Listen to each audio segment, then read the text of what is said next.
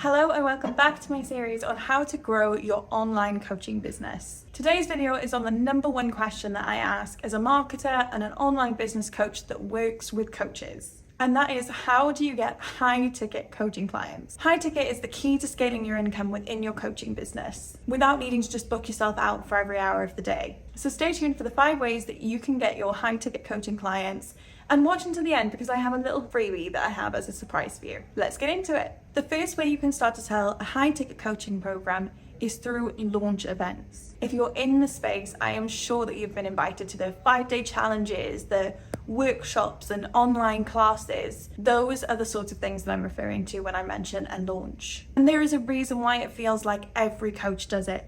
They work. But I'm going to be straight with you, these launch events are a lot of work. To get started, you've not only got to plan an event, but learn how to develop these style of launches. But they will pay off once you get the hang of it. The first step to planning your launch event isn't actually going to begin with anything that you're going to do for your launch. Take a step back and think about what you want in a launch. The only way you'll be able to know this is by attending others. So I recommend that your first step, if you're considering running a launch event, is to go to a million different options for all the challenges and launches that come up on your social media feeds and learn what you do like and you don't like. There's definitely a style that launches are delivered in, but every single one has its own differences. And you'll soon pick up the things that maybe don't feel like they sit ethically right with you, or maybe don't feel like they represent you as a business owner. Then pick a date and get planning. My background before I got into running my own business was working for a marketing company, and I actually was an events manager for a good few years there. And I know firsthand that anytime you run an event, something will go wrong. We would turn around these face-to-face events in like 6 to 12 weeks, and anyone who is listening and has done events in the past will know this is quite a short turnaround. Events take a hell of a lot of planning. So give yourself more time than you think you need to kind of save for the stress of when something goes wrong, so that you've got the time and you're not working on the back foot. You've also got a lot of decisions to make at this point. Do you want to host your launch through a Facebook group, through a Zoom? Do you want to just do it live in a community that you've already developed? Are you going to have a landing page for the event so that you can capture their email address and get permission to email them in the future? This is why it will be so crucial to attend other events so that you can see what technically you are capable of doing and can easily duplicate inside of your systems and workflows that already exist. Finally, plan the numbers. So many people do their first launch and get really disheartened because they don't hit the targets that they'd imagined. They take it personally and it becomes something about them. Make this something about your business and do the numbers. If you're running a launch where you need, say, 5 sign-ups to your high ticket coaching program, work backwards from that. How many people then do you need to attend the event? Because not all of them are going to sign up for the offer. Take it a step back. How many people do you need to register for the event? Because not all of them will attend the event. And back to the very first step, how many people do you need to invite and see this launch option? Because not all of them will register. So do some research on what are your typical conversion rates and work backwards from there. Then you can figure out exactly how many people you need to reach. This will also educate your marketing strategy for the event. Do you have more people that you need to reach than you currently have in your network? Well, maybe this would push you into doing things like ads in your marketing to make sure that you do reach those numbers.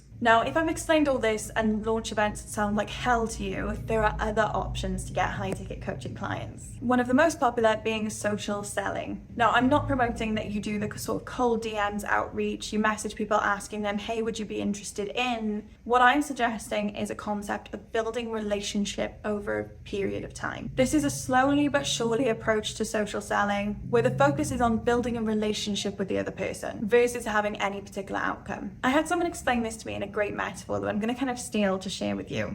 Imagine that the person that you're prospecting, the person that you're trying to socially sell to through social media, is holding a piggy bank, but you can't see the piggy bank, nor can you hear the coins jingling when you drop a penny in. So you have no concept of how big or small this piggy bank is, or how full or empty it is. You're quite simply putting into the relationship, popping in coins, so to speak, until it starts to generate some momentum. And you won't know whether that is happening or not. Only the person that you're prospecting will. But one day, when you keep adding those coins, you keep giving value, you keep sharing resources that are going to be good for the other person, that piggy bank will get full. And that doesn't necessarily mean that they will become a client in every single circumstance, but maybe they become your cheerleader on social media. They're sharing all of your posts and commenting, being highly engaged so that your posts go further in the algorithm. Maybe they share with a friend of theirs who's struggling in your area that they should work with you, and they're referring contacts to you. Or they could quite simply turn around and say, hey, let's get on a call. I'd like to hear more about what it would be like to work together. This is a slow process by nature, and the downside to social selling is it is very time consuming, but it's also really effective. It's definitely worth it for the payouts. Your next option is to leverage your current customers to get more. If you're delivering a service to your customers and they're loving it, you're doing a great job and you're keeping them surprised and delighted by what you're doing, then they're going to have some level of loyalty to you. Now, if you ask them to consider who in your network could also need the support that you've had from me, as long as you're delivering on their expectations, they're probably going to be more than happy to help. So speak to people that you're currently working with and ask them to pass along a referral for you. But there's something else that you can do to sweeten this deal even more. Adding in something like referral schemes and bonus systems, now they're going to be motivated by financial gain as well as their loyalty to you. And this is also an opportunity for you to be able to upsell that client to some services and products that maybe they haven't considered before. This is a really great way to leverage who you're already working with, so you don't need to worry about constantly going out and finding new people every time you sign on a customer. Another way to gain high-ticket coaching clients is through ongoing touch points in things like email marketing. Now, first off, you need to build your list. So I do want to talk about lead magnets, lead generation funnels, opt-ins. They have many names. This is offering something that your client needs in return for their email address. Now, I have 1,000,001 videos on this topic. If you want to find out more, I will pop something on the screen for you to go and have a little look at how to practically build out your lead generation funnels. And using this system to scale the number of people that you have in your mail list will eventually lead to an increase in your customer base. But the number one thing that you have to do is ensure that you're getting in touch regularly. There are lots and lots of coaches out there who will have a lead generation, get somebody signed up, churn out their automated emails, and then they'll never hear from them again. One thing you need to do with your mail list is nurture them for the long term. Now, I have other videos on email marketing and the steps that you can take to make sure that's successful as well. But for a shorter breakdown for you today, there are 3 steps that I'd say you absolutely have to include in your email marketing. Number 1 is going to be value, especially if they signed up to your mailing list off of the back of a lead generation magnet. They need your knowledge. They're looking to learn. So share it. No, I'm not suggesting that you tell them everything that you know or that you give away the secrets of your program up front, but I am saying that what you should give them on your emails is something that will take them the next step in their journey with you. And I will say I've noticed a trend lately of lots of people pushing against this concept of giving value, and I want to touch upon that here. I do understand that people are sort of pushing that you shouldn't give away your valuable knowledge for free.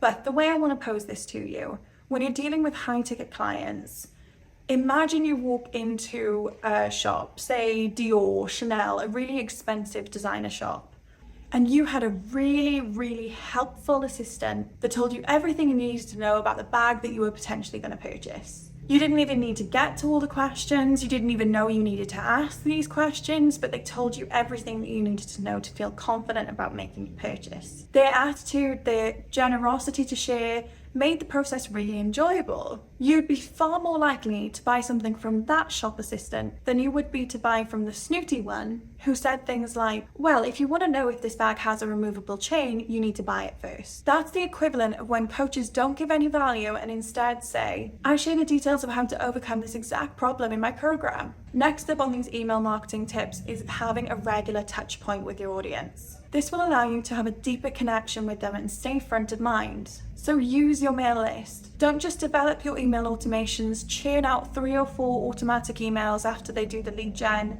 and never touch them again and never reach out again. Pick a realistic frequency you can stick to. So maybe it's weekly, bi-weekly, monthly, but commit to it. And remember, you can 100% repurpose stuff here. You don't have to create everything new from scratch. Maybe you've got some old blog posts or social media posts that you can kind of package up or shed new light on in this mailing list. And the next is going to be to give offers.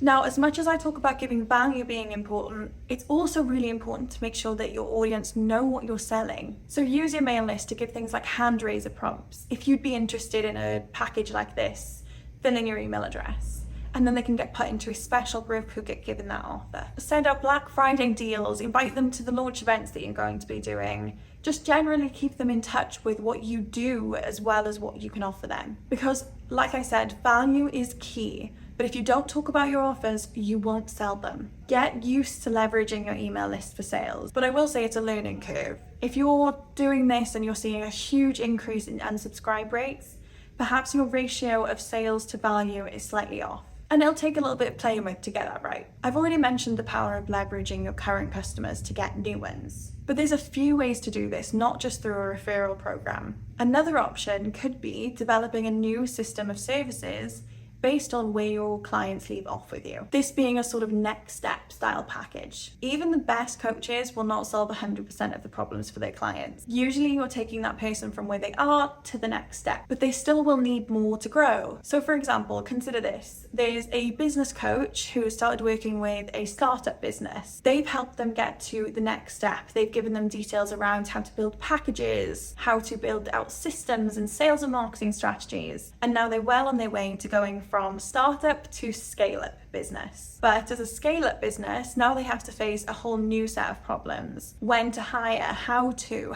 manage, increasing revenue, increasing profit percentage as revenue grows, and even where to invest in a growing business are all things that scale-up businesses struggle with. So why not develop a secondary program? You initially work with startup business owners, but once they hit that point of finishing your program, you have an option to add on for scale-up businesses. And this means you don't need to find as many people when you're trying to grow your client base. You're able to stick with clients that have already existed for you. It's completely feasible that this be a higher ticket option than your original package. Now, before I share with you the freebie that I have, I'm losing life, so I have to sum this up.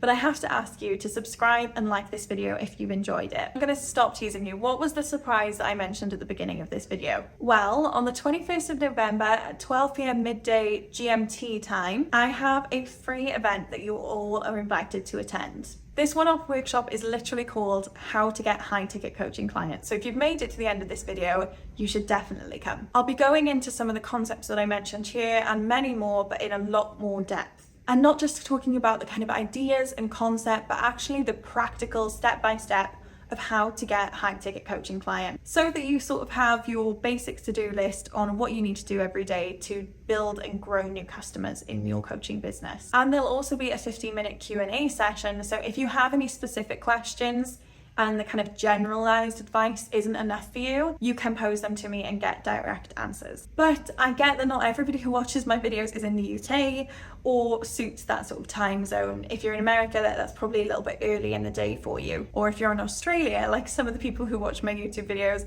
it's probably going to be the middle of the night. But if you're worried you're not going to be able to make it, don't worry. Register for the event anyway, because I am going to be recording it and sending it out to anyone who's registered after the fact. But if you don't register, you won't get it. I'll leave a link in the description, so get registered so you don't miss out.